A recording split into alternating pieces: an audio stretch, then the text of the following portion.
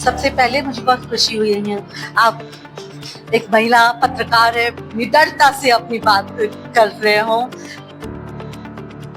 सबसे पहले हमारे लिए राष्ट्रहित है, राष्ट्रहित से कोई खिलवाड़ नहीं होगा। पहले कि मोदी जी सही मायने में महिलाओं से क्षमा मांगना चाहिए। सब कांग्रेस जब भी शासन में आएगी, सत्ता में आएगी, कांग्रेस के 2029 में आते ही सबसे पहले महिला रिजर्वेशन। नमस्कार, मैं साक्षी, आप देख रहे जयदेश न्यूज। इस वक्त मौजूद कांग्रेस के कार्यालय पे हमारे साथ नेता डिसूजा जी। हम उनसे जानेंगे महिला आरक्षण बिल के साथ साथ वो जो कि महिलाओं के हित के लिए काफी बेबाक तरीके से अपनी बात रखते चलते, उन्हीं से वार्तालाप करते। इसी को लेके बहुत बहुत स्वागत है मैम। थैंक यू जी। बात करें, आपने एक प्रेस वार्ता की महिला आरक्षण बिल को लेके, क्या था और किस तरीके से आपकी सरकार कांग्रेस सरकार कैसे महिलाओं को एक सशक्त बनाने के लिए कार्य करती है? सबसे पहले मुझे बहुत खुशी हुई है आप एक महिला पत्रकार है, निडरता से अपनी बात कर रहे हो। और मैं चाहूंगी इसके जब प्रधानमंत्री जी कुछ दिनों के अंदर यहाँ पे वाराणसी अपने संसदीय क्षेत्र आ रहे हैं, सुनने में आया कुछ दिनों में, महिलाओं को संबोधित करने के लिए, तो उनसे रिक्वेस्ट किया जाए कि आप जैसे निडर पत्रकारों से भी वो महिलाओं के, वो तो सिर्फ महिलाओं को एक साइड अपने भाषण देके जाने के लिए आए हैं, पर हिम्मत है तो अपने संसदीय क्षेत्र के पत्रकार महिलाओं के साथ एक संवाद कीजिए, जानिए कि क्योंकि सब उल्लू नहीं है। प्रधानमंत्री जी, आप जिस तरीके से एक बिल जो पास हो चुका है 2023 में, महिला आरक्षण बिल, जिसके लिए सभी दलों ने साथ दिया आपको, वो बिल पारित हुआ और आपने उस बिल के यार्ड में 2024 के इलेक्शन में अपनी राजनीतिक रोटियां भी सेकी है, पर उस बिल से आपने महिलाओं को कोई लाभ नहीं दिया। बिल पारित हुआ, अब अचानक से आप 16 अप्रैल को संसदीय सत्र बुलाते हो और उसमें आप कहते हो कि अगर महिला आरक्षण बिल तभी लागू होगा, उसके साथ साथ लागू करना है महिला आरक्षण बिल, जिसमें आप डीलिमिटाइजेशन को भी ले आएंगे और सेंसस। अरे डीलिमिटाइजेशन सेंसस के बाद में आप करते रहिए ना। जब आपके होम मिनिस्टर को सवाल किया जाता है कि सेंसस का स्टेटस क्या है, तो वो कहते हैं कि अब हम घर गिन रहे हैं। अरे घर गिनोगे देश के पहले कि सेंसस भी साथ में कर लीजिए। तो ये जो देश की महिलाओं के साथ छल कपट कर रहे हैं, वो असलियत में हमें अपना अधिकार नहीं देना चाहते। जो अधिकार हमारे हैं, जो अधिकार का बिल हमारा पास हो चुका है, वो इस बिल के यार्ड में वो चाहते हैं कि उनके कुछ चीजें जो वो देश में वो करवाना चाहते हैं पारित, जिससे जो देश का जो फेडरल स्ट्रक्चर है उसको नुकसान होगा। ऑपोजिशन जो है वो उस चीज में महिला यूनाइटेड है कि सबसे पहले हमारे लिए राष्ट्रहित है, राष्ट्रहित से कोई खिलवाड़ नहीं होगा। हमारा जो रिजर्वेशन बिल है वो पारित हो चुका है। प्रधानमंत्री जी रिजर्वेशन बिल को लागू नहीं कर रहे हैं, वो इनकी मानसिकता है और वो इनके पार्टी और उनके जो बाकी दलों के, उनके साथ जो जुड़े हुए दल हैं और जो संस्थाएं हैं, वो इनकी विचारधारा दिखा रही है। आप कह रही हैं कि वो उसके बाद जो है जब बिल पारित हुआ तो उसके बाद जो रात में आके प्रधानमंत्री ने महिलाओं से और हाथ जोड़ के क्षमा मांगा और संबोधन किया कि उसके लिए वो क्षमा प्रार्थी, किसमें आप कह रहे हैं?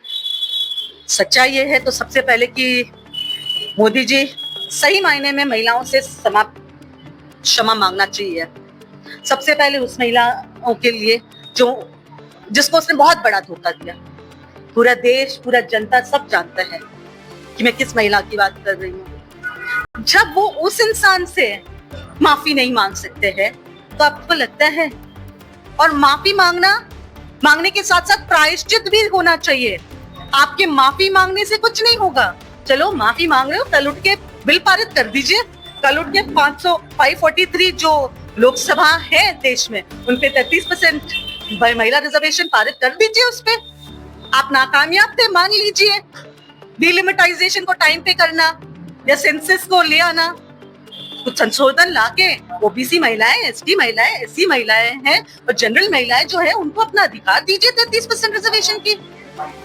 जिस तरीके से प्रधानमंत्री जी ने देश के लोगों का टाइम लेके देश के जनता के सामने अपनी बात रखी है, मैं उनको चैलेंज करती हूँ कि वो देश के मीडिया के साथ ऐसे एक प्रेस कॉन्फ्रेंस करके यही बात रखे देश के मीडिया के सामने, देश के जहाँ पे संवाद हो सके वैसी बात रखिए, देश के नौजवानों के बीच ये बात रखिए जहाँ पे संवाद हो सकते हैं। देश के नौजवान आज हंस रहे प्रधानमंत्री पे, जब प्रधानमंत्री जी कहते हैं कि हम महिला हित में सोचते हैं, हमने ये किया, हमने वो किया, हम ये नहीं कर सकते हैं। अरे आप इतने अबला, इतने कमजोर प्रधानमंत्री हो, जो बिल है आप उसको लागू नहीं कर सकते हो जिसपे राष्ट्रपति जी का हस्ताक्षर हो चुका है। इतिहास याद रखेगा कि ये प्रधानमंत्री सबसे कमजोर प्रधानमंत्री, महिलाओं को उनकी हक देने में की जब बात आएगी तो सबसे कमजोर प्रधानमंत्री, और साथ ही साथ एक ऐसे प्रधानमंत्री जो इतना झूठ बोलते हैं। हिम्मत रखो प्रधानमंत्री जी, मैं आपसे आपके हिसाब से नहीं, पर आप जिस पद पे बैठे हो, आप एक ऐसे पद पे बैठे हो जहाँ पे इतना झूठ आपको शोभा, उस पद को शोभा नहीं देती है। हर प्रधानमंत्री कुछ काम करके गए इस देश में, वाजपेयी जी हो, मनमोहन सिंह जी हो, राजीव गांधी जी हो, नेहरू जी हो, शास्त्री जी हो, इंदिरा जी हो, देश के सारे प्रधानमंत्री जी ने भी, सिंह साहब हो, बीपी सिंह जी हो, सबने देश को योगदान भी दिया है। आप इस तरीके से बात कर रहे हो जैसे कि आप अकेले ही इस देश के राष्ट्रभक्त प्रधानमंत्री पैदा हुए हैं। जो प्रधानमंत्री अपने खुद के घर पे भक्त नहीं हो सकता है, वो क्या राष्ट्रभक्त हो गए। आपने योगदान की बात की, तो अभी जो पहलगाम अटैक भी हुआ था उसमें तो महिलाएं जो है वो नेतृत्व की, फिर चांद भी गई, तो कहीं ना क्या महिलाएं योगदान नहीं दे रही है? महिलाएं जो है की योगदान बहुत है देश में, और प्रधानमंत्री जी उनके योगदानों को जो है वो नजरअंदाज कर रहे हैं। और प्रधानमंत्री जी के कुछ जो आईटी सेल के, यहाँ पे मैं आपको एक ट्वीट पढ़ा के दिखा दूंगी जो अमित मालविया जी ने डिलीट कर दिया। वो कहते हैं कि अगर रिजर्वेशन आती है तो कॉम्पिटेंट पीपल, यानी कि वैसे लोग नहीं होंगे जो फैसले ले सके, जो कम्पीट कर सके, और उन ट्वीट्स को उसने डिलीट कर दिया। ऐसे ट्वीट्स रिजर्वेशन और महिला आरक्षण के खिलाफ लिखा है इस आईटी सेल के अध्यक्ष ने, तब के अध्यक्ष ने, और भाजपा के आईटी सेल के नेता ने। तो ये उनकी मानसिकता दर्शाती है। मैं आपसे सवाल करती हूँ कि भाजपा, कांग्रेस ने बहुत सारे काम किए महिलाओं के हित में। उत्तर प्रदेश की पहली सीएम, महिला सीएम सुचित्रा कृपलानी हो, देश के पहले महिला राष्ट्रपति, देश के पहले महिला स्पीकर, महिला राष्ट्रपति, महिला स्पीकर। पर हम कभी ये नहीं कहते कि हमने देश को पहले ऐसी राष्ट्रपति दिया है। अरे आप ये कैसे कह सकते हो? बार बार द्रौपदी मुर्मू जी की तरफ उंगली उठा के हमने देश के पहले एसटी प्रधानमंत्री, राष्ट्रपति दिया देश को, ये कह के उनकी जो गरिमा है उसको हमेशा कमजोर करते हैं। आपने कई बार देखा होगा जब प्रधानमंत्री जी चलते भी तो सीना तान करके कई बार राष्ट्रपति जी के आगे चलने की कोशिश करते हैं। वो उनके पद को, उनके गरिमा को, और देश के लिए वो गलत है, वो अपमान है उनका। पर दुख की बात है कि ये सारी चीजें जो है वो छुपाई जाती हैं, मीडिया दिखाती नहीं है कभी कभी, क्योंकि उनकी चाबुक बहुत तेज है।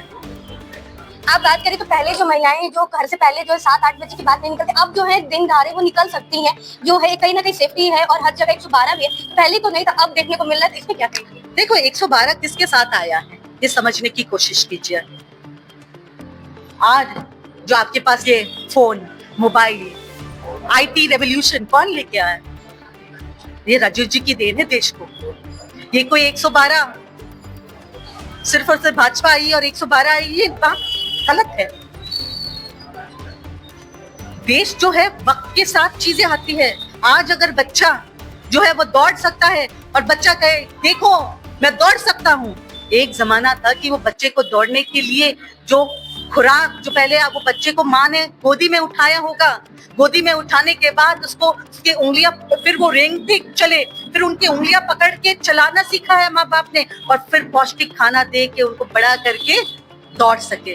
वैसे ही जब देश आजाद हुआ, देश तुरंत आईटी रेवोल्यूशन, और देश के साथ आज देश के पास जो है वो कहीं ना कहीं सारे पीछे के प्रधानमंत्री और देश में सभी नेताओं ने जुट मिलकर जो काम किया, आज जो देश है आपके सामने, वो उसके कारण है। प्रधानमंत्री जी और भाजपा के लोग अकेले श्रेय मत लेना।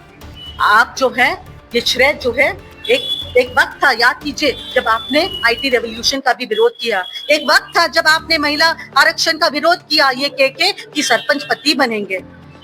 एक वक्त था जब आपने हर वो देश हित में जो बिल पास हो रहा था, उसमें आपने ऊंची आवाज उठाई, सिर्फ क्योंकि आपकी मानसिकता देश हित में नहीं थी। बात करें तो अभी हाल ही में जो है 27 और ये अप्रैल को जो प्रधानमंत्री का दौरा होने वाला, और उसमें कहा जा रहा है कि महिलाओं को वो संबोधन करेंगे। मैं बहन आपको ये कहूंगी, बहुत हो गया इनकी महिलाओं को संबोधन करना, देश को संबोधन करना। हिम्मत है तो आके सवाल जवाब लेने की कोशिश कीजिए। प्रधानमंत्री जी, 12 साल हो गए आपको, वाराणसी के आप मेंबर ऑफ पार्लियामेंट हो। यहाँ के जनता ने आपको चुन के भेजा है, प्रधानमंत्री बना के भेजा है। सिर्फ आप उनको संबोधित करोगे या वहाँ की महिलाओं के सवाल जवाब भी लोगे? और उन महिलाओं के सवाल जवाब लो जो आपके सिखाए हुए सवाल ना करे। खुला मंच रखो प्रधानमंत्री जी कि देश की महिलाएं आके हमसे सवाल करें, हम निडरता से वो सवाल का जवाब दें। ये मैं आपको चैलेंज कर रही हूँ, कीजिए ये बातें, तब आपको पता चलेगा कि देश के महिलाएं महंगाई से कितना त्रस्त है, देश के महिलाएं जो है वो आपके नीतियों से कितना त्रस्त है, देश के महिलाएं कितने अपने आप को असुरक्षित महसूस करती है जब आप प्रज्वल रेवन्ना जैसे विधायक के साथ खड़े होके उनके लिए वोट मांगते हैं। देश के महिलाएं कितने असुरक्षित महसूस करते हैं जब बिल्किस बानो के अपराधियों को आप ही के दल के लोग जो है उनके रिहाई पे लड्डू बांटते हैं, उनका फूलमाला से स्वागत करते हैं, और आप उनके पीठ थपथपाते हो। हर वैसे इंसान की पीठ थपथपाते हो जो महिला विरोधी काम करते हैं। आपने तमिलनाडु में जो प्रधानमंत्री के फेयर लवली वाले पे टिप्पणी, उसमें क्या है वो क्यों आपने मेंशन किया? बहन, ये टिप्पणी नहीं है, ये मुझ जैसे और लाख देश के करोड़ों महिलाओं की सवाल होगी जो प्रधानमंत्री जी के सोशल मीडिया देखते हैं, क्योंकि हमने तो नहीं डाला है सोशल, वरना वो आरोप लगा सकते हैं मुझ पे कि हमने कोई AI जनरेटर नहीं है। ये उन्हीं के सोशल मीडिया में उन्होंने एक दिन अपने आप को अपना शक्ल अलग गोरा दिखाया, फिर वो बहरूपी है ना, वो जहाँ पे जाते वो उस देश में अपने आप को, तो उनको लगा कि मैं साउथ जा रहा हूँ, साउथ में सभी लोग हैं, वो गलत कर रहे हैं अपने आप को वैसे दिखा के। साउथ के लोग समझ गए उनको कि वो कितने बहरूपिया है, वो कैसे अपने शक्ल बदलते हैं। और देश की महिलाएं, हम तो महिलाएं हैं, जहाँ पे भी न्यू फैशन स्टेटमेंट, जहाँ पे भी नए क्रीम्स, नए प्रोडक्ट्स, नए चीजें होते हैं, तो इनका अगर एडवर्टाइजमेंट प्रधानमंत्री जी कर रहे हैं, क्योंकि जो चेहरा है वो अचानक तो नहीं हो सकता, या तो फिर कोई मेकअप आर्टिस्ट होगा साथ में। अब प्रधानमंत्री जी हमारे देश के प्रधानमंत्री जी है, कोई एक्टर थोड़ी ना है कि वो अलग अलग रोल के लिए अपने चेहरे पे अलग अलग मेकअप करेंगे।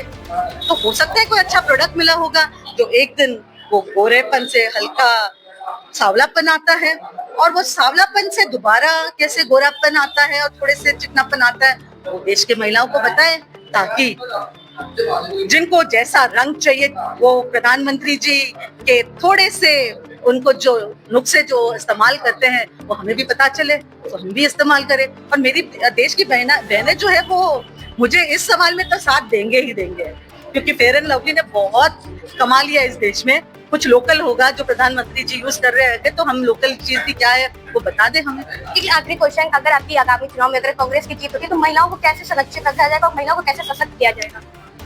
कांग्रेस जब भी शासन में आएगी, सत्ता में आएगी, कांग्रेस के 2029 में आते ही सबसे पहले महिला reservation on the basis of caste census होगा। जिस तरीके से तेलंगाना और कर्नाटक में वगैरह कास्ट सेंसस हमने जो भी वादा किया वो पूरा किया।